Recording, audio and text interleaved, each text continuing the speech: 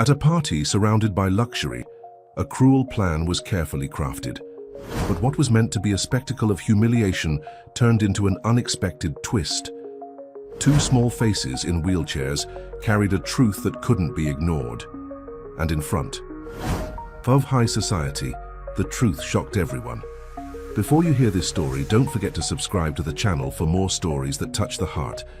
The crystal chandeliers reflected thousands of luminous points on the polished marble of the main hall of the Armstrong mansion. Richard, at 38, had transformed himself into one of the most influential businessmen in the country. His real estate empire grew vertiginously, as did his reputation as a ruthless man in business. That night, the mansion in Bel Air was impeccable to host the most talked-about party of the year. Richard personally supervised every detail. The orchestra strategically positioned on the mezzanine, uniformed waiters circulating with imported champagne flutes, exotic flower arrangements distributed with millimetric precision. Everything is according to plan, sir, informed Arthur, the butler who had served him for more than a decade. Richard merely nodded, checking the platinum watch on his wrist. This wasn't just another birthday celebration or an ostentatious display of power. It was his meticulously orchestrated revenge. Among the 300 names carefully selected for the guest list, there was one that he himself had insisted on including: Catherine Miller, the woman he had met 15 years before when she was nothing but a medical student and he was a beginner entrepreneur with big ambitions. The invitation for Miss Catherine was delivered personally. "As you ordered," confirmed Arthur. "And did she confirm her attendant?" asked Richard, trying to disguise the anxiety in his voice. "Yes, sir. Her secretary called this afternoon to confirm." Richard smiled with satisfaction. Catherine would come.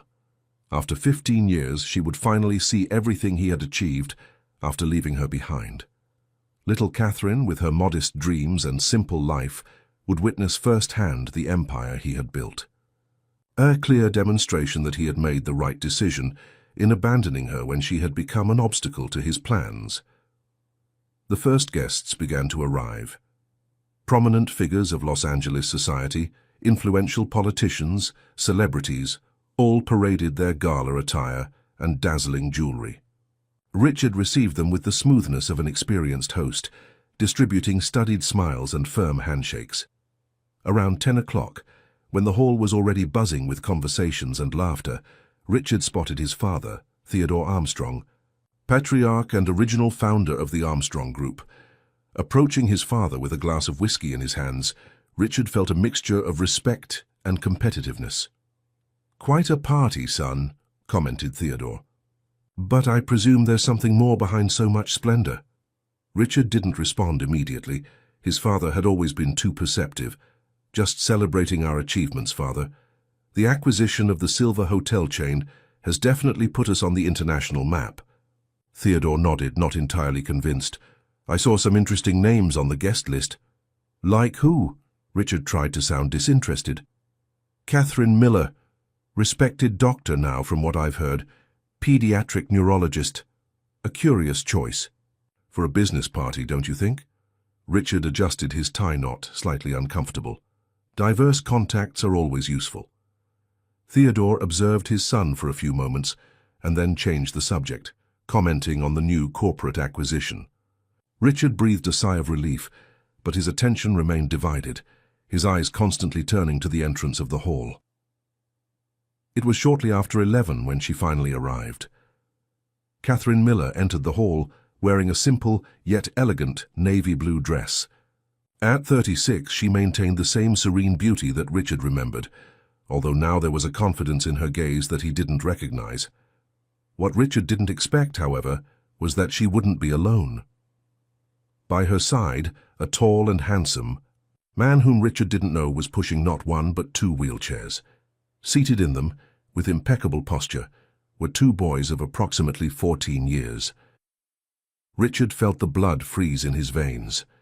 The boys were identical to each other, with perfectly combed black hair and penetrating green eyes, the same green eyes that stared back at him every morning in the mirror. An immediate buzz spread through the hall. Guests exchanged glances and whispers. The resemblance between the boys and the host was unmistakable. "Who are those children?" asked Theodore, observing the scene with growing interest. Richard couldn't answer.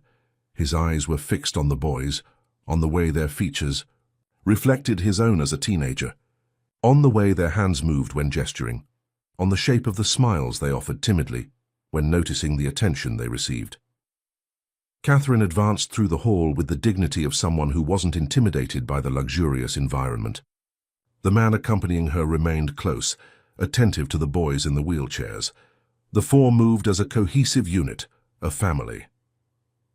Richard felt his heart race when they approached. The crowd around discreetly made room, many pretending disinterest while attentively observing the interaction about to happen. "Good evening, Richard," said Catherine with a calm voice. "Thank you for the invitation. I must confess I was surprised." Richard tried to maintain his composure, but his voice betrayed his nervousness. "Catherine, I wasn't expecting you to come accompanied." She smiled slightly. "This is my family, my husband, Edward." The man beside her extended his hand, which Richard shook automatically. "And these are Michael and Gabriel." The boys in the wheelchairs looked at Richard with disconcerting intensity. One of them, the one Catherine had identified as Michael, tilted his head slightly to the side, a gesture that Richard recognized as his own, a nervous tic he had since childhood. "It's a pleasure to meet you, Mr. Armstrong," said Michael, with a voice that, despite his youth, carried a surprisingly mature tone. Richard felt his father's presence approaching from behind. Theodore observed the scene with analytical attention, his eyes alternating between the boys and his son, certainly noticing the same unquestionable similarities that everyone in the hall perceived. I didn't know you had children," Richard finally managed to say. Catherine looked at him directly. "There are many things you don't know, Richard. 15 years is a long time." The silence that followed was suffocating. Richard felt the weight of the guests' gazes, the silent judgment of his father, and above all the undeniable presence of those two young men who, even without a word of confirmation, he knew were his sons. Edward, Catherine's husband, leaned over and said something in a low voice to the boys, who nodded. "Shall we get something to drink?" he suggested, clearly offering Catherine and Richard a moment alone. As soon as they moved away a bit, Richard held Catherine's arm with urgency. "Why did you never tell me?" he whispered intensely. Catherine delicately removed his hand from her arm. "Do you really think this is the place and time for that conversation?" "I didn't expect you would bring them here," he said, still processing the shock. "What did you expect, Richard? That I would come alone for you to display your wealth and success, to show me how much you prospered after leaving me?" She smiled, but there was a hardness in her eyes. "You invited me to humiliate me. I came to show you that I never needed your pity." Richard shook his head, confused. "I tried to find you afterward, to help." "Lie," responded Catherine with disconcerting calmness. "You disappeared completely, blocked my number, changed your address. I was 22 in my 4th year of medical school and discovered I was pregnant with twins. You chose to disappear." "I didn't know about the twins," protested Richard, "because you didn't want to know. I sent letters, emails, tried to talk. To your parents, you built a wall around yourself." From across the hall, Theodore observed Michael and Gabriel talking with Edward. The patriarch of the Armstrong family appeared to be absorbing every detail of the boys' faces, confirming for himself the obvious kinship. "Why are they in wheelchairs?" asked Richard, his voice softer. Catherine responded with clinical professionalism. "Partial paralysis due to complications in premature birth. They were born at 7 months.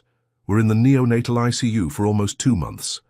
Richard closed his eyes for a moment, the gravity of the situation finally hitting him with full force. "I didn't know," he repeated, but this time as a confession of guilt, not as a defense. "Now you know," responded Catherine. "We didn't come here to create embarrassment or ask for anything. We came because your sons were curious to meet their biological father." "Biological father?" repeated Richard, feeling the term like a stab. "You mean they know about me?" "They always have. Edward has raised them since they were 5, but we never hid the truth. They're too intelligent for lies. At that moment, Theodore approached them, his expression serious. "Catherine," he greeted her with respect. "It's been many years." "Mr. Armstrong?" she responded with equal formality. "Yes, a long time." "Those young men," said Theodore directly, "are my grandchildren." It wasn't a question, but Catherine answered anyway. "Biologically, yes." Theodore nodded slowly. "I would like to get to know them properly." Catherine hesitated briefly. "That will depend on them. They're teenagers now with their own opinions." The orchestra started a new song, and the guests' attention gradually dispersed, although many still discreetly observed the family drama unfolding. Richard felt his revenge plan crumbling, transforming into something completely different. The woman he had intended to humiliate returned not as a defeated one, but as a respected professional and dedicated mother. And she brought with her a revelation that would transform his life forever. "We need to talk in private," said Richard. "Please." Catherine looked at Edward and the boys, who were conversing with some curious guests. Gabriel, the more reserved of the twins, seemed uncomfortable with the attention. 20 minutes, she conceded. "In the office, I presume?" Richard nodded and led her out of the main hall, feeling the weight of his father's gaze on his back. The party continued around them, but for Richard, the world he knew had just been completely reconfigured. In the corridor leading to the office, Catherine stopped for a moment and looked directly at him. "Do you know why I accepted your invitation, Richard?" He shook his head negatively. "Because it was time for everyone to face the truth, including you." She then followed toward the office, leaving Richard momentarily paralyzed, understanding that the party he had planned as his great demonstration of power had just become the setting for his greatest vulnerability. Richard's office was a reflection of his personality, impeccably organized, decorated with expensive furniture and filled with status symbols. Recognition certificates and strategically positioned photographs told the story of a successful man, but Catherine immediately noticed the absence of any genuine personal element. There were no family photos, only records of professional achievements. Richard closed the door and offered her a leather chair on the opposite side of his imposing mahogany desk. "Water? Wine?" he offered, heading to the small bar in the corner of the office. "Water, please," responded Catherine, keeping composed while observing the man she had once loved. He was different, not just physically more mature, but with a hardness in his eyes that didn't exist before. Richard served 2 glasses of water and sat across from her, taking a deep breath before speaking. "Why did you never look for me?" "After you found out about the twins?" he asked, getting straight to the point. Catherine laughed, incredulous. "Is that what you're going to ask me seriously?" "It's a valid question," he insisted. "Richard, I tried to contact you dozens of times when I discovered the pregnancy. You ignored my calls, blocked my number. When I managed to speak with your secretary, I was informed that you didn't want contact with me." "Bernadette said you called once just to confirm the breakup," he argued. "A convenient lie," responded Catherine, opening the small purse she carried. From it she removed a thin folder. "I knew this day would come eventually. Maybe not at an ostentatious party, but I knew that one day we would meet again." She extended the folder to Richard, who opened it with hesitation. Inside there were printed copies of unanswered emails, records of phone calls, and more impressively, returned letters with the stamp "Recipient refused," all addressed to him. "I kept everything," explained Catherine, "at first out of hope, later as evidence for when the boys asked about their father." Richard flipped through the documents, the reality slowly crystallizing. The last contact attempt dated 3 months, after what he considered his definitive break with Catherine, approximately the time when she must have discovered the pregnancy. "Bernadette filtered my calls and correspondence," he concluded, more to himself than to Catherine. "At that time, she had instructions to eliminate anything that could distract me from the Big Angels Cove project." "Convenient," observed Catherine, not hiding the sarcasm. "You gave orders to cut contact with distractions, and then are surprised that you didn't know about your children." Richard closed his eyes for a moment, absorbing the impact of that revelation. "When did you discover the pregnancy?"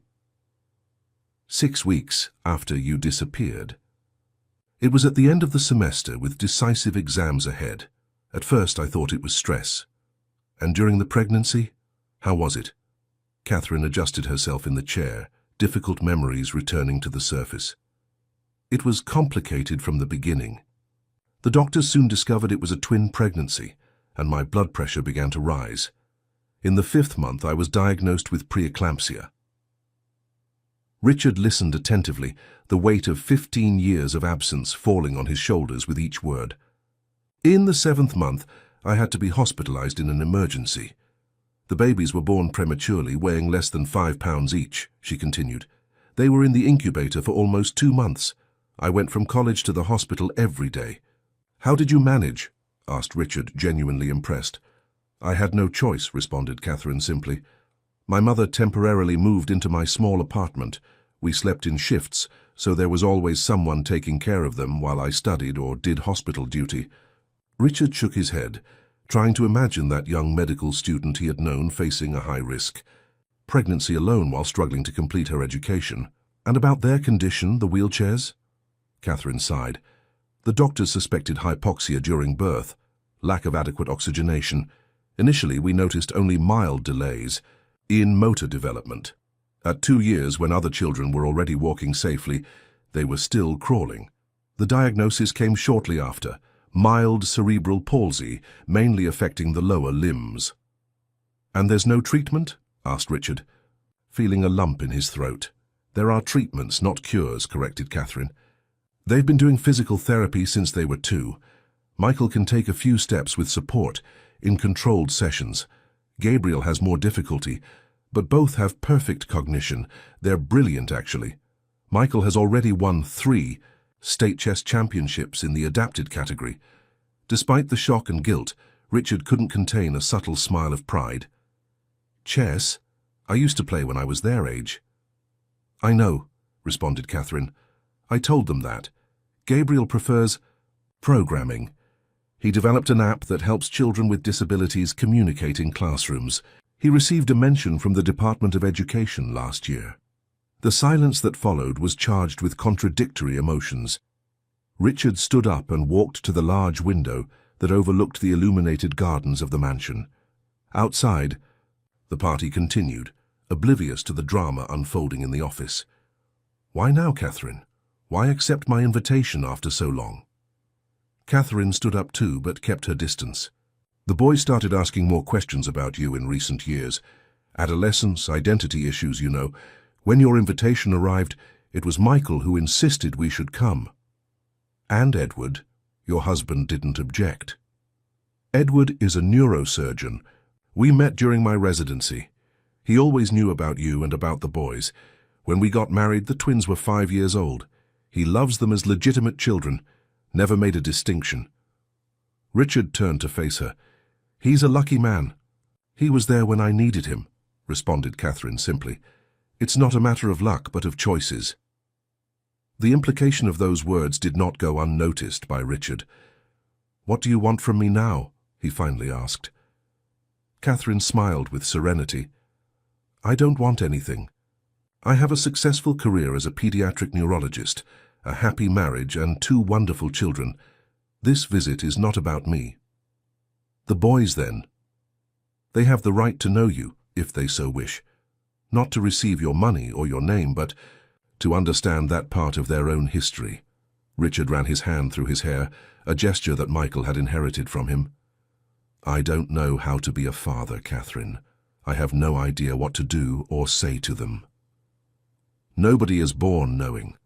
The difference is that most learn from the beginning, with the first cries and diapers. You're starting from the middle of the path. A light knock on the door interrupted the conversation. It was Arthur, the butler. Pardon the interruption. Sir, Mr. Theodore is asking if everything is all right.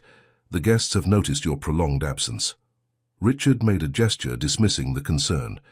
Tell my father I'll be back in a few minutes. When Arthur withdrew, Catherine checked her watch. I should get back too. Edward and the boys must be wondering where I am. Wait, asked Richard. We still have a lot to talk about. Yes, but not today. Tonight has had enough emotions already. Could you... Could you tell me more about them? Their personalities, what they like. Catherine smiled, a genuine smile this time. Michael is the strategist, analytical and observant, plans everything in advance. Gabriel is more intuitive and creative, solves problems in unexpected ways. Both are extremely protective of each other. Like me and my brother were, murmured Richard, referring to his younger brother who had died in a car accident 10 years before. It was a wound that had never completely healed. Catherine nodded, understanding. They know about your brother. I thought it was important that they know that part of the family history too. Richard felt touched by that gesture. The fact that, despite everything, Catherine had kept his brother's memory alive for the children he didn't even know existed. What did you tell them about me? He asked, fearing the answer. The truth adapted for each age. When they were small, I just said that the biological father couldn't be present. As they grew, I explained that we had separated before I discovered the pregnancy and that you went your way without knowing about them. You never said I intentionally abandoned them. Catherine shook her head. What benefit would that bring? They needed to grow up without resentment. Edward filled the paternal role with so much love that they never felt a void. Richard felt a mixture of gratitude and jealousy toward that unknown man who had raised his children when he wasn't present. I want to get to know them properly, said Richard. If they want to, of course. Michael will probably want to. Gabriel is more reserved. It may take time. They left the office. Together, a contemplative silence between them as they walked down the corridor back to the main hall. Before entering, Richard lightly touched Catherine's arm. You did an incredible job with them, he said sincerely. Thank you for that. Catherine just nodded, acknowledging the compliment without unnecessary words. When they returned to the hall, they found an unexpected scene. Theodore Armstrong was sitting with the twins and Edward, apparently engaged in an animated conversation. Michael gestured enthusiastically while explaining something, and Gabriel, although quieter, was showing something on his tablet. The patriarch of the Armstrong family seemed genuinely interested. Looks like your father didn't waste any time, commented Catherine. Richard observed the scene with a mixture of surprise and concern. He's always been direct to the point. As they approached, they could hear part of the conversation. So I created an algorithm that adapts the virtual board for players with different needs, explained Michael. It works with voice command or eye tracking for those who can't use their hands. Impressive, responded Theodore.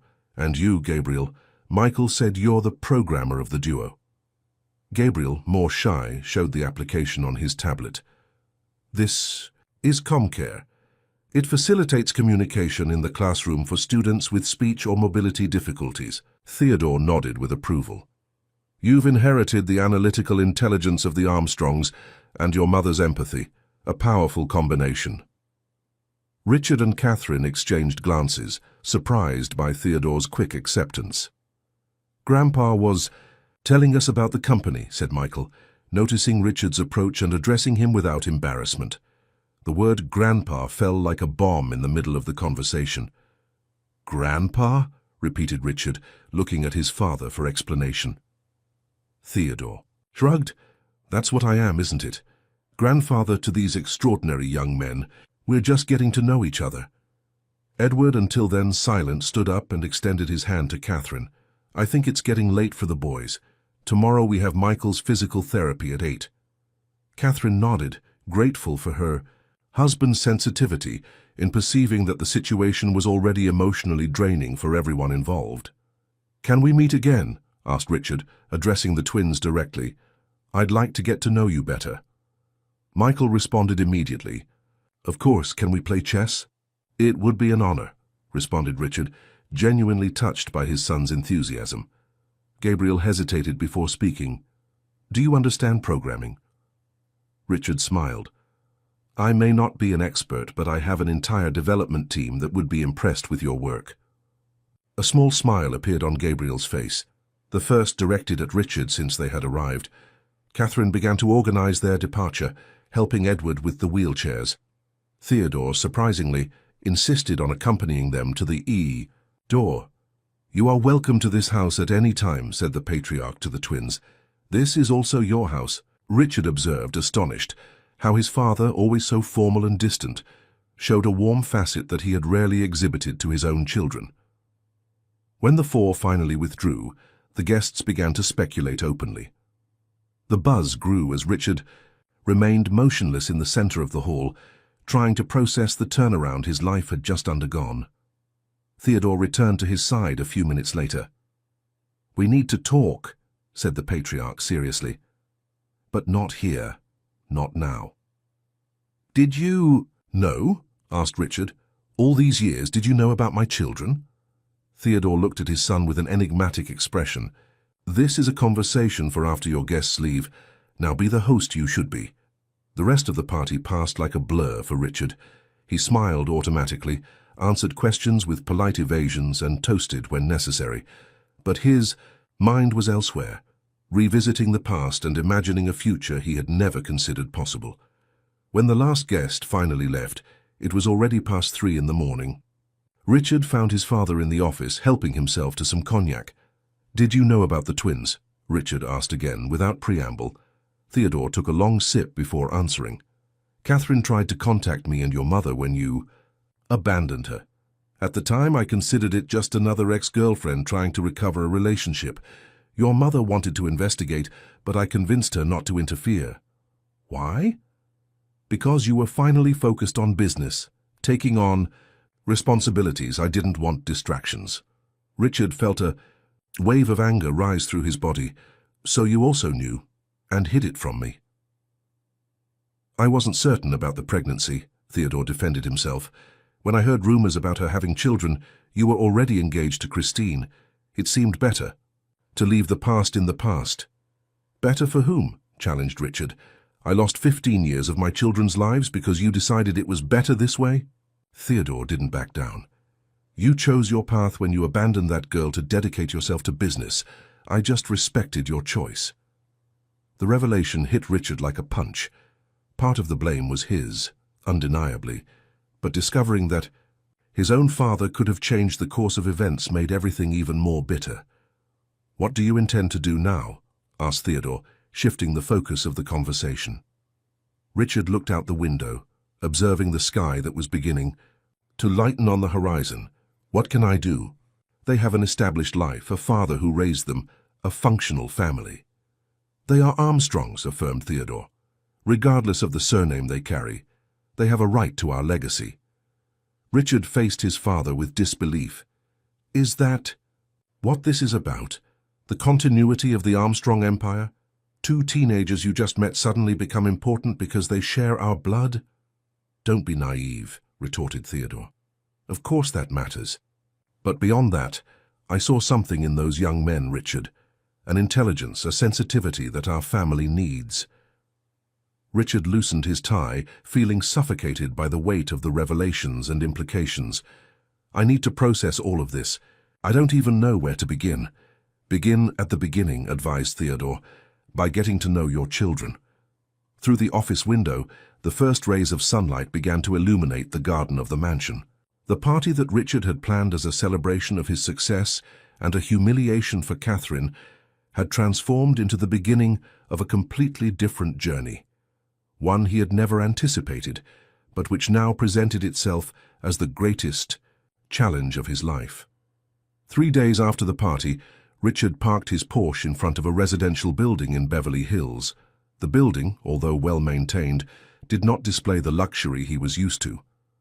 He took a deep breath before getting out of the car, nervously adjusting the casual sweater he had chosen instead of his usual suits. Catherine had suggested a first meeting in a familiar environment for the boys, and Richard had readily accepted.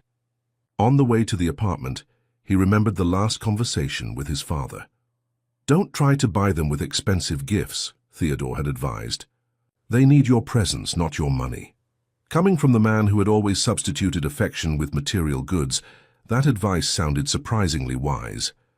In the elevator, Richard mentally rehearsed what he would say, but all the words seemed inadequate.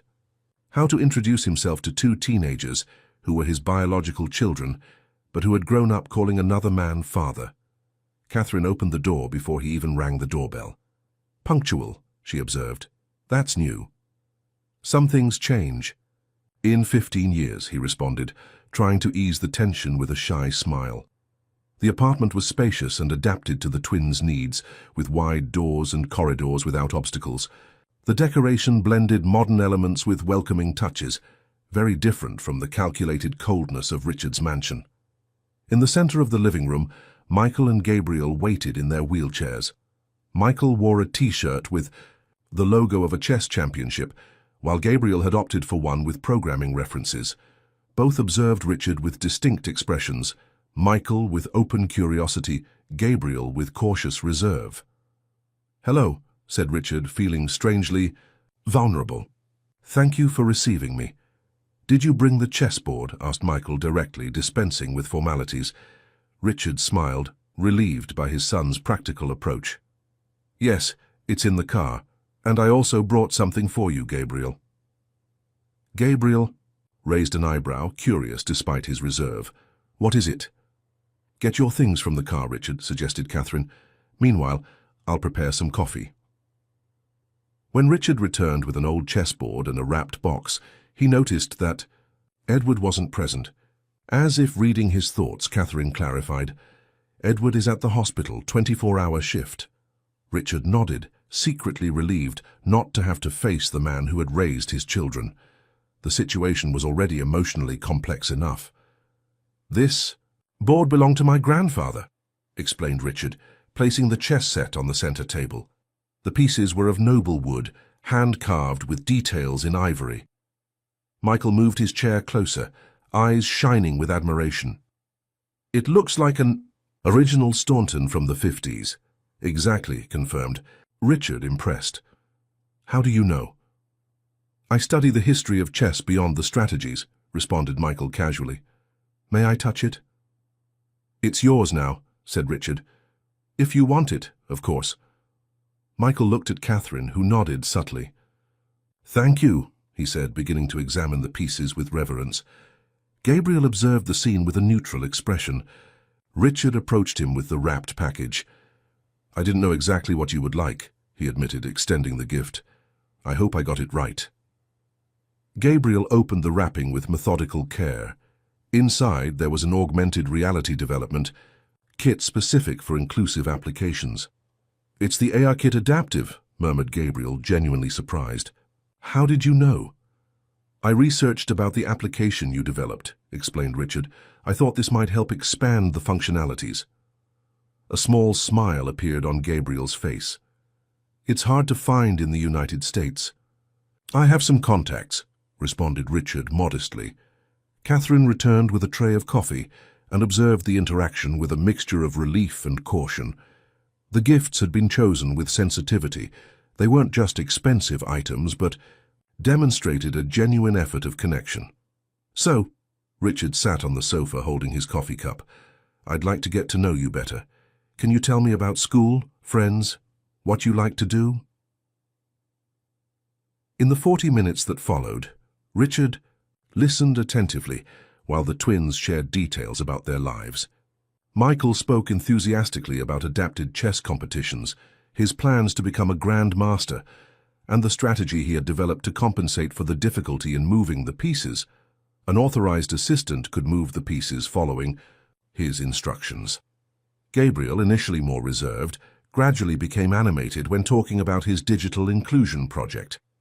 His application had started as a school project, but had gained recognition after being experimentally implemented in 2 public schools. "The problem is that it lacks investment to expand," explained Gabriel. "Schools have limited budgets for technology."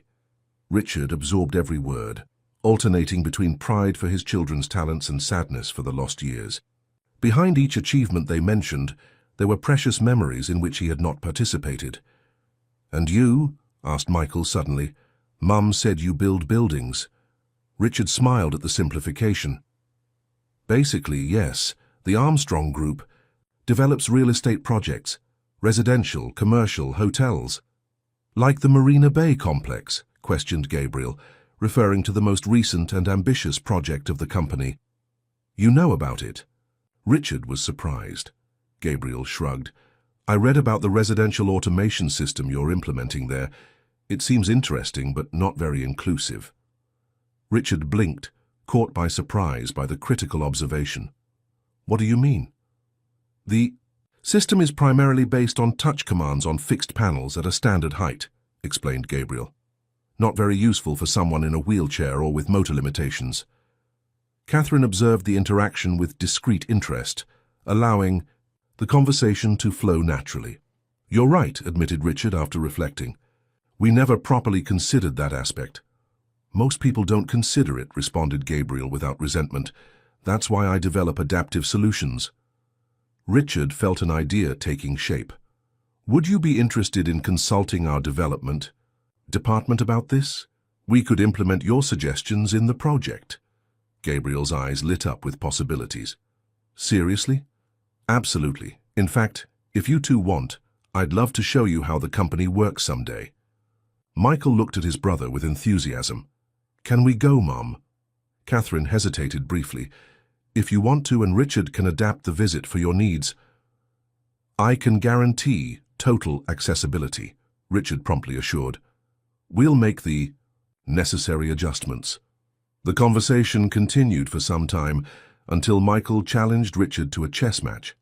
To Richard's surprise, his son demonstrated skill far beyond his age, executing sophisticated moves with master confidence. Checkmate in 3 moves, announced Michael after 20 minutes of playing. Richard studied the board, looking for a way out. Impressive, he acknowledged, seeing that Michael was correct. Where did you learn to play like this? I started at 6 during physical therapy, explained Michael. It helped with fine motor coordination. Then it became a passion. Gabriel observed the match with technical interest. Michael has a photographic memory for board positions. He can remember entire games after seeing them once. Richard felt a pang of paternal pride that he had never experienced before. Your grandfather Theodore also plays. He would love a match with you. He already invited me, revealed Michael casually. He called yesterday. Richard and Catherine exchanged surprised looks. My father called you? Asked Richard. Just Michael, clarified Gabriel. For now, I'm just the programmer grandson, not the chess grandson. There was a slightly melancholic tone in that observation that didn't go unnoticed by Richard. I'm sure he would be equally interested in your work with adaptive technology, said Richard. In fact, the company could benefit from it. Speaking of which, intervened Catherine, it's getting late. The boys have school early tomorrow. Richard checked his watch, surprised to see that 3 hours had passed quickly. Of course, I don't want to disrupt your routine. Can we meet again? Asked Michael directly. I'd love to, responded Richard, surprised by his own sincerity. What had begun as a moral obligation had genuinely transformed into a desire for connection. Maybe next weekend, suggested Catherine. The boys have an adapted chess tournament on Saturday. Michael will compete, Gabriel will support. May I attend? Asked Richard hopefully. Michael answered before Catherine could. That would be cool. No one from the family besides Mum and Dad Edward usually goes.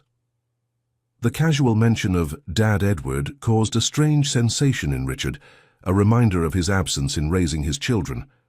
At the same time, he felt gratitude for the man who had been present when he wasn't. Then I'll be there, confirmed Richard. Send me the address and time. As he said goodbye, Richard was surprised by the impulse to hug his children, but contained himself, uncertain about how such a gesture would be received. Instead, he shook hands with both formally, promising to return. Catherine accompanied him to the door. Thank you, said Richard softly, for allowing this. It's not a matter of permission, she responded. They have the right to know you, and you to know them. I just ask that you be consistent. If you enter their lives, don't disappear again. Richard nodded gravely. I won't disappear, I promise. In the elevator, Richard reflected on that afternoon. The meeting had been better than he expected. The boys were intelligent, talented, and despite the circumstances, open to the possibility of getting to know him. In his car, before starting it, Richard did something he rarely did. He called his father. How was it? Asked Theodore without preamble when he answered. Good, better than I expected, responded Richard. I heard you called Michael. There was a brief pause on the other end of the line. "He has extraordinary potential in chess. I invited him to play with me." "Dad, I appreciate your interest, but we need to coordinate this. It's a lot of changes for them at once." "I understand," responded Theodore, surprisingly comprehensively. "What do you propose?" "That we follow their pace, and that you don't forget that there are 2 grandsons, not just one." "Gabriel is the programmer, correct? I have plans for him too." Richard sighed. "Dad, they're not pieces that you can position on your corporate board. They're teenagers trying to process the sudden appearance of a family they didn't know." "Are you giving me lessons about fatherhood now?" Theodore's tone held slight irony. "I'm trying to avoid the same mistakes," responded Richard sincerely. The silence that followed was charged with unspoken meanings. Finally, Theodore spoke. "Are you going to the chess tournament on Saturday?" "Yes." "Great. We'll meet there." Richard hung up and sat in his car for a few minutes, processing everything that had happened that day. For the first time in years, he felt he was facing something much bigger and more important than million-dollar contracts or corporate acquisitions. He was facing the opportunity to completely redefine the meaning of his life. The Los Angeles Chess Club occupied an old mansion in Laurel Canyon. When Richard arrived at the tournament venue that Saturday, he was surprised by the simplicity of the environment, so different from the sophisticated social circles he frequented. The parking lot was filled with common family cars, with only a few more luxurious models among them. Richard immediately identified his father's Mercedes, parked near the entrance. Theodore had arrived before him. In the entrance hall, volunteers organized registrations and distributed badges. Richard felt out of place in his cashmere sweater and designer pants, while most of those present dressed with practical simplicity. "Participant's name?" asked a smiling young volunteer. "Actually, I came to watch. Michael Miller is competing today." The young woman consulted her list. "Oh yes, Michael. Adapted junior category, hall 3, second floor. We have an elevator to the right." Richard thanked her and headed to the indicated location. As he walked through the corridors, he observed the pictures on the walls, photographs of historical tournaments and local champions. In one of them, he recognized Michael, younger, receiving a trophy. Upon entering Hall 3, Richard immediately spotted his father. Theodore was conversing quietly with Catherine, close to one of the tables where the competitors would prepare for the matches. Michael meticulously adjusted his pieces, concentrated, while Gabriel tinkered with a tablet by his side. Edward was also present, conversing amicably with another father. The family scene made Richard hesitate. At the entrance, he was clearly the strange element in that already established group. It was Gabriel who noticed him first. The teenager discreetly pointed in his direction, making Catherine and Theodore turn around. Richard advanced, feeling the weight of curious glances from the other attendees. "You came," said Michael, smiling briefly before returning his attention to the board. "I said I would," responded Richard, approaching. "I'm eager to see you in action." Catherine greeted him with a restrained nod. "Richard, do you know the rules of the adapted tournament?" "Not exactly," he admitted. "It's simple," explained Edward, joining the group. "Michael gives the instructions verbally and an authorized assistant moves the pieces for him. The time is controlled normally." Richard and Edward briefly looked at each other. It was their first meeting since the revelation at the party. To Richard's surprise, there was no hostility in the neurologist's gaze, just a cautious acceptance of the situation. "Thank you for explaining," said Richard, extending his hand. "And thank you for everything else." Edward shook his hand firmly. "The boys are what matter now." Theodore observed the interaction with interest. When he approached to greet Richard, his countenance bore an unusual seriousness. "Michael's first opponent today is Philip Martinez," informed Theodore, as if discussing a business merger. "State champion last year. Aggressive style, prefers Sicilian openings." Richard raised his eyebrows, surprised. "How do you know all this?" "I did my research," responded Theodore simply. "Michael has great chances if he maintains a positional game." Gabriel, who had silently approached in his wheelchair, commented, "Grandpa has already watched all the videos of Michael's previous matches. Yesterday they discussed strategies for 2 hours on the phone." Richard exchanged a significant look with Catherine, who shrugged with a resigned expression. Apparently, Theodore Armstrong had decided to fully assume his role as grandfather, with the same intensity with which he conducted his business.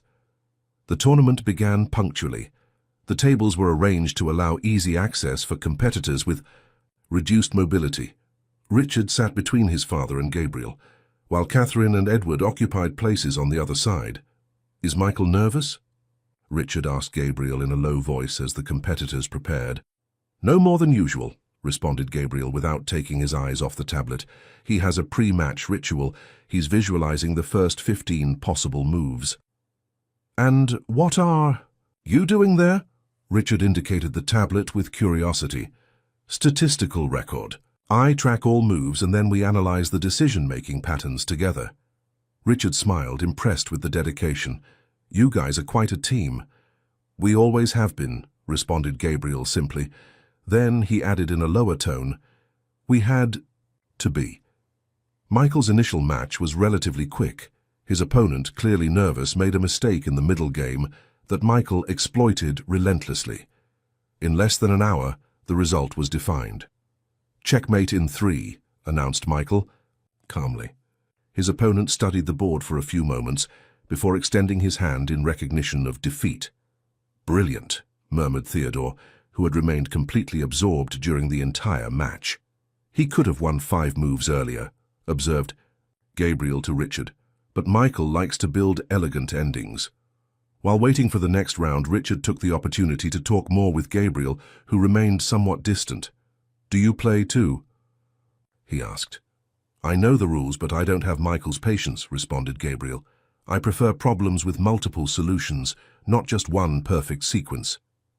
"Like programming," observed Richard. "Exactly."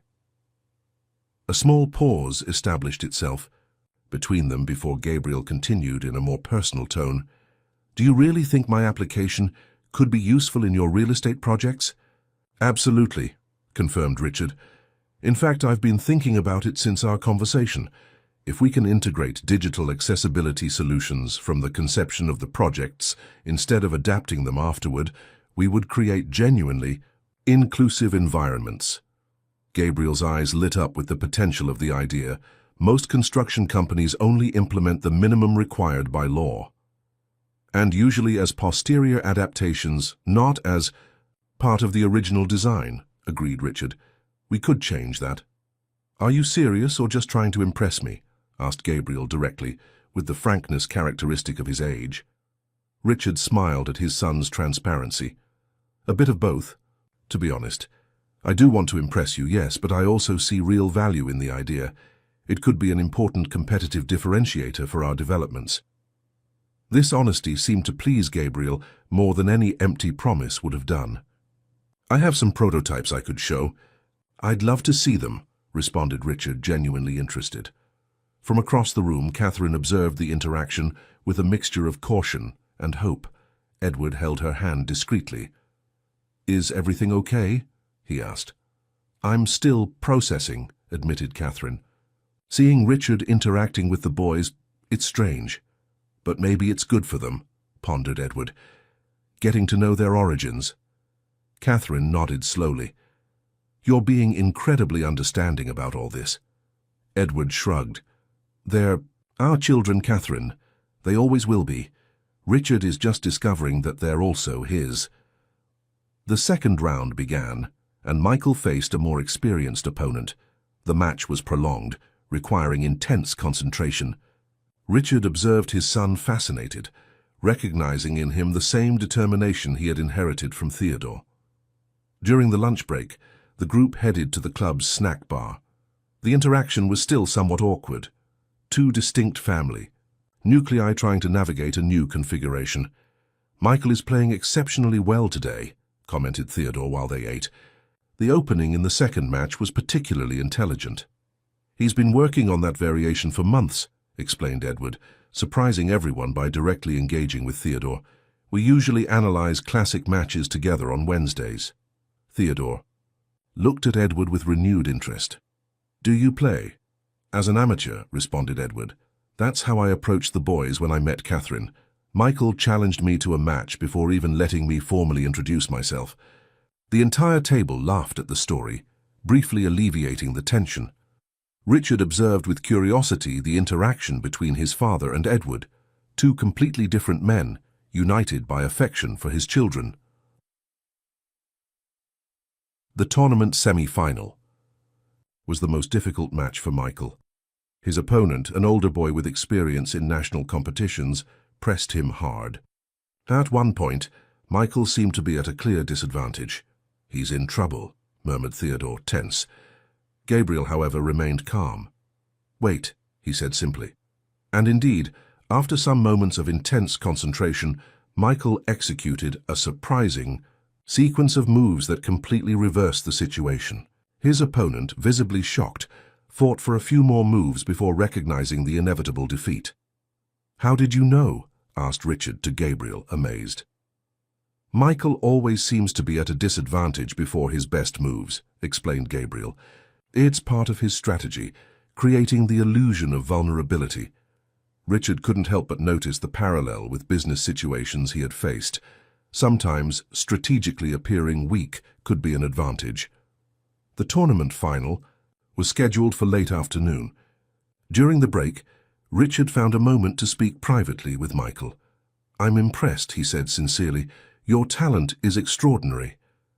Michael smiled, clearly pleased with the compliment. "Thank you for coming today. It meant a lot." The simplicity of that statement touched Richard deeply. "I was planning to stay just for the first matches, but now I wouldn't miss the final for anything. Even if it takes long, finals can sometimes extend for hours." "I'll cancel any other commitment," guaranteed Richard.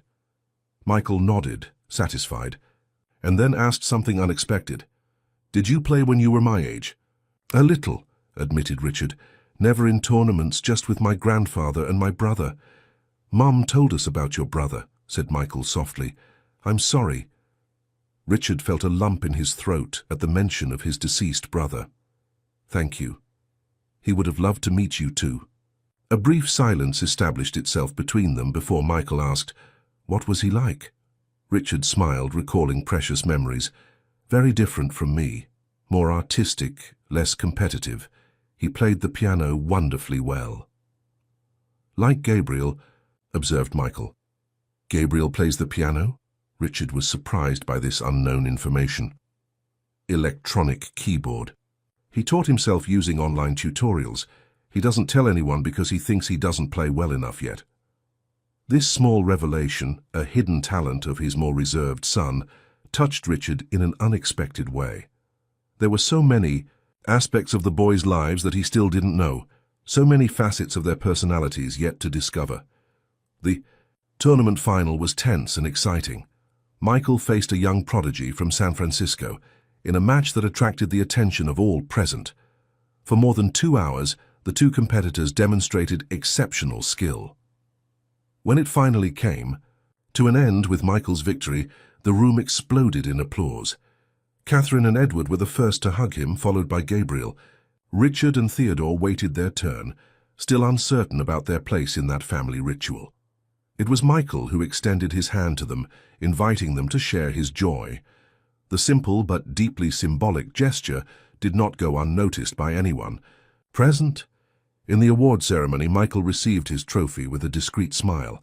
When invited to say a few words, he surprised everyone. "I'd like to thank my family for their support, my parents and my brother who have always been with me, and also the new members who are beginning to be part of our story." The look he gave to Richard and Theodore contained an acceptance that transcended words. As they left the club, with the trophy proudly carried by Michael, Richard realized that something fundamental had changed. He wasn't just a visitor in his children's lives, he was gradually becoming part of it, albeit in a different way than conventional. "Dinner to celebrate?" suggested Edward, surprising everyone with the inclusive invitation. Richard hesitated, looking at Catherine for approval. "Pizza at our house," she clarified. "Tradition after tournaments." "We'd love to," responded Theodore before Richard could even speak. "We'll bring dessert." As they headed to their respective cars, Richard realized they were building, step by step, a new family configuration, not the traditional one, certainly, but one that could offer the twins the expanded support they deserved. "I think it was a good day," commented Theodore in the parking lot. Richard observed Michael and Gabriel moving away with Catherine and, "Edward, their wheelchairs skillfully handled by the experienced parents." "Yes," agreed Richard, "but we have a long way ahead." "Life is long," philosophized Theodore, with a wisdom he rarely demonstrated. "And now we have extra motivation to enjoy it well." As he followed Catherine's car toward the apartment in Beverly Hills, Richard reflected on how in just 1 week his life perspective had been completely revolutionized. The party he had planned to humiliate an ex-girlfriend had transformed into the portal to a dimension of his existence he had never imagined possible. 6 months passed since the chess tournament. The Los Angeles autumn was already advancing, bringing milder temperatures and golden afternoons. On the rooftop of the Armstrong Construction Company, an unusual meeting was happening in the main project room. The system recognizes voice commands in 5 different languages and can be calibrated for variations in tone and diction, explained Gabriel, demonstrating the interface on an interactive screen. This allows people with reduced mobility or motor limitations to control all aspects of the environment without depending on touch screens. Around the table, company executives and representatives of an accessibility association observed attentively. Richard remained in the background, allowing his son to conduct the presentation without interference. "The idea is to make accessibility invisible," continued Gabriel with growing confidence. "Not as a posterior adaptation, but as an integral part of the architecture and design." "And the additional costs?" questioned one of the financial directors. "Surprisingly low when implemented from conception," responded Gabriel, moving to a slide with comparative data. "The total increase in the construction budget is only 2.7%, while the market value of the properties can increase up to 15% due to the Universal Accessibility Certification." Richard proudly observed his son's resourcefulness. In just 6 months, Gabriel had transformed his experimental application into a comprehensive system of inclusive home automation. The pilot project would be implemented in the Marina Bay complex, the most ambitious undertaking of the Armstrong Construction Company in years. When the presentation ended, the executives applauded enthusiastically. Gabriel, normally reserved, couldn't contain a smile of satisfaction. "I believe we have a consensus," concluded Theodore, who had presided over the meeting with unusual patience. "The project proceeds to immediate implementation."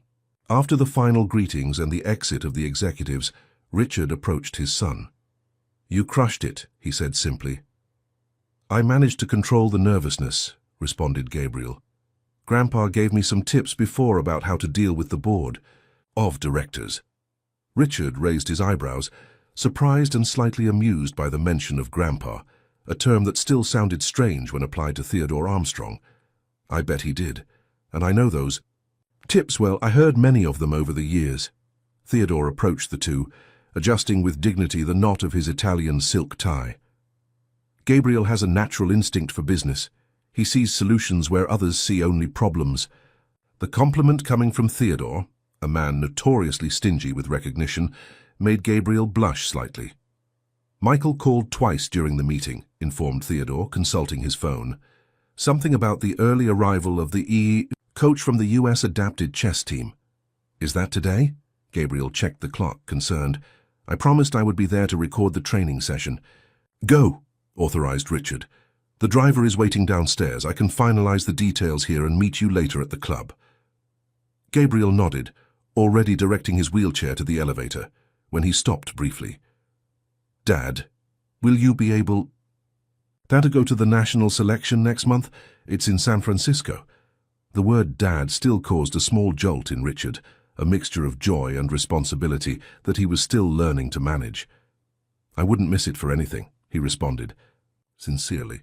"It's already on my agenda." After Gabriel's departure, Richard and Theodore remained in the now empty meeting room.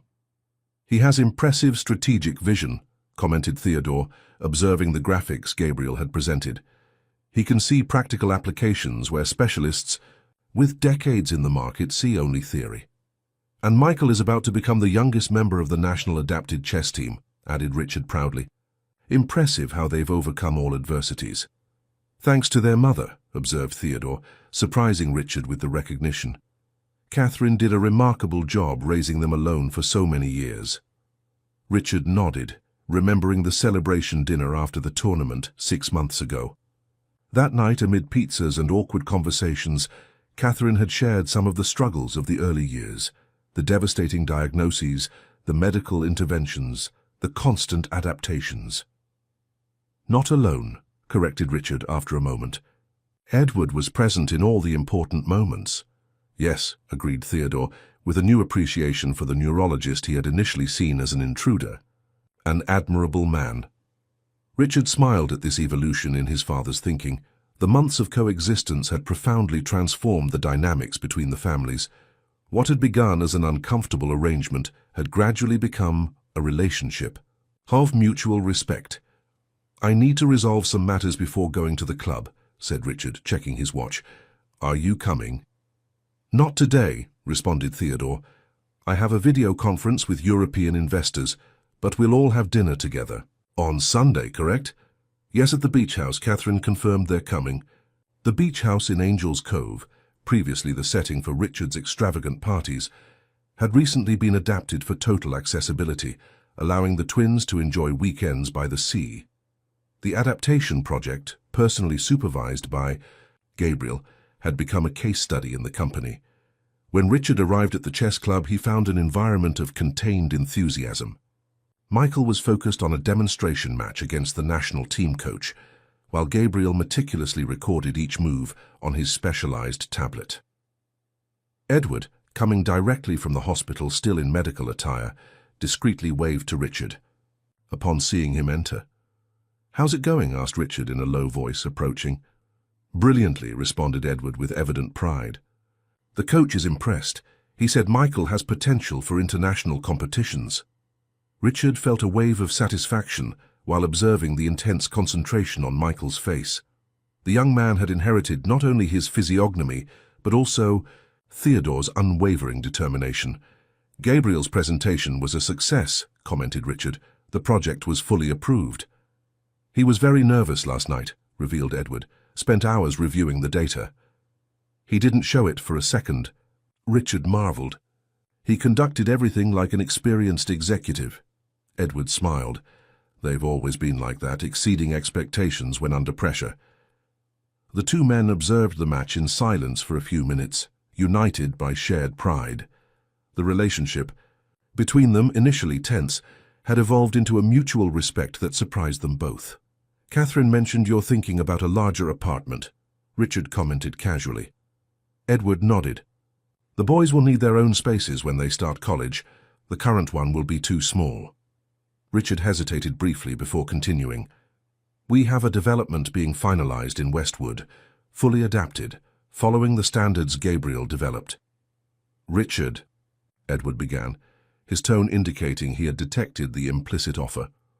"I'm not trying to buy my place in their lives," Richard quickly clarified. "I just thought of offering an option that would be genuinely suitable for everyone's needs." Edward studied Richard's face for a moment before responding. "I'll discuss it with Catherine. As a possibility, not as a gift." Richard nodded, understanding the importance of that distinction. In recent months, he had learned to deeply respect the boundaries established by Catherine and Edward, the true parents of his biological children. After the training session, when Michael was formally invited to join the national team, the group decided to celebrate at a nearby restaurant. Richard observed the family dynamics with a growing feeling of gratitude for his peripheral but significant place in that already established nucleus. "And you, Richard?" Catherine's voice interrupted his thoughts. "Any personal news?" The question, although casual, carried a specific weight. In recent months, as Richard reorganized his life around the new relationship with his children, his personal life had taken a back seat. "Work, mainly," he responded with a light smile. "And you guys, of course." "No, special company," insisted Catherine delicately. Richard realized the question wasn't just curiosity, it was a verification, Catherine wanting to ensure that any new person in Richard's life would be suitable for interaction with the boys. Some occasional outings, he admitted, nothing serious yet. Dad is focused on the company, and on us, intervened Michael, with his typical objectivity. Clear priorities. Richard felt a warmth in his chest, hearing Michael refer to him as Dad, something that happened with increasing naturalness in recent months. Gabriel, although more reserved, had also begun to use the term occasionally. Exactly, confirmed Richard, grateful for his son's understanding. After dinner, while waiting for their cars in the parking lot, Catherine moved away with Richard for a private conversation. "I wanted to thank you," she said softly. "For what?" "For how you've conducted all of this, without pressure, respecting boundaries, being consistent." Richard felt genuinely touched by the recognition. "They're incredible teenagers, Catherine, and they would be even without me. You and Edward did an extraordinary job." "Yes, but now they have you too," she responded. "And that has been important for them in ways I never imagined possible." Richard nodded, recalling significant moments from the past months. The first time he helped Michael study for a history test, the night Gabriel called asking for advice about the project, the weekend when the four of them, himself, Theodore, and the twins, watched a sci-fi movie marathon. "For me too," admitted Richard, "more than I can express." On Sunday morning, the beach house in Angel's Cove was buzzing with activity. Richard personally supervised the final adjustments to the pool access ramp, an innovation designed jointly by Gabriel and the company's engineering team. "I tested the mechanism 3 times, assured the responsible engineer. "It perfectly supports the weight of the wheelchair and maintains stability even with wave movement in the pool." Richard nodded, satisfied. The hydraulic ramp was just one of the many adaptations implemented on the property. Every detail had been carefully planned to ensure maximum autonomy for the twins during their stays. When Catherine and Edward's car arrived, bringing the boys, Richard felt the familiar mixture of anxiety and joy that accompanied each family gathering. He was still learning to navigate his role in that non-traditional configuration. "This house is unrecognizable," commented Catherine, observing the transformations as they walked through the garden. "The last time I was here, it was—" She interrupted herself, embarrassed by the memory. The last time she had been in that house was 15 years before, during her brief relationship with Richard. "It was another moment in my life," completed Richard serenely. "This version is much better." Gabriel inspected each technical detail, with critical eyes, while Michael was already heading to the adapted game space where a professional chessboard awaited him. "Grandpa hasn't arrived yet?" asked Michael, clearly anxious for the presence of his grandfather, with whom he had developed an unexpected connection. "He should be arriving," responded Richard. "He had a video conference this morning." Edward approached Richard as they watched. The boys explored the environments. "Catherine and I talked about that apartment in Westwood," he said discreetly. "And?" "We'd like to see the project," responded Edward. "As a real possibility, considering that the boys will need a suitable environment when they start university." Richard nodded, containing his satisfaction. "We can see the projects during the week. It would be a joint investment, naturally." Edward appreciated the respectful approach. "Naturally." Theodore's helicopter landed punctually at noon on the helipad installed on the property. The Armstrong patriarch descended accompanied by a surprise, Marianne, Richard's former secretary, now director of social responsibility for the group. "I hope you don't mind," said Theodore upon meeting Richard. "Marianne has been working on the corporate inclusion program and wanted to discuss some ideas with Gabriel." Richard smiled, recognizing his father's discreet strategy. In recent weeks, Theodore had repeatedly mentioned Marianne's professional and personal qualities, clearly trying to spark his son's interest. "Of course I don't mind," responded Richard. "I think Gabriel will be enthusiastic about sharing his ideas." Lunch took place on the veranda overlooking the sea. The large table comfortably accommodated the twins' wheelchairs. The conversation flowed naturally between diverse topics: the boys' university plans, Michael's next international tournament, Gabriel's project that would be presented at an assistive technology congress. At one point, Richard observed the scene around him with a sense of fullness he had never experienced before. There were his children, healthy and brilliant despite the physical challenges, his father demonstrating an affectionate facet that Richard barely recognized, Catherine and Edward, who had generously opened space for him in the family life they built, and even a possibility of personal restart, represented by Marianne's discreet presence. "What are you thinking about?" asked Gabriel, noticing his father's contemplative expression. Richard smiled. "About how life can surprise you. A year ago, I couldn't have imagined being here like this, with all of you." "Technically, the probability was indeed low," agreed Gabriel with his characteristic pragmatism. "But it happened." "Yes," confirmed Richard, observing the marine horizon as the sun began its descent toward sunset, "and I am profoundly grateful for that." Michael, who was following the conversation, added with his typical objectivity, "Life's checkmate, Dad. Sometimes we lose some pieces along the way, but the game continues, and there are still many moves ahead." Richard nodded, recognizing the unexpected wisdom in those simple words. Life had indeed given him a checkmate, knocking down his defenses and forcing him to reconsider all his priorities. But unlike the board game, that defeat had transformed into his greatest triumph. As he watched his children animatedly conversing with Theodore about future plans, Richard understood that he had discovered, belatedly, the true meaning of success. Something very different from the material conquests and social prestige he had pursued for so long. The future opened before him, not perfectly defined or controlled as the old Richard would have preferred, but rich in possibilities and genuine connections. A second chance he didn't know he needed, but which he now recognized as the greatest gift life could have offered him. Dear listeners, we hope that today's story has touched your hearts. The lessons about genuine love and the true nature of human relationships are eternal.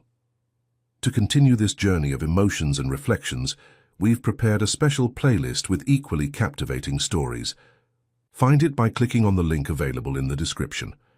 If this narrative awakened something in you, don't forget to subscribe to our channel and hit that like button that helps us so much.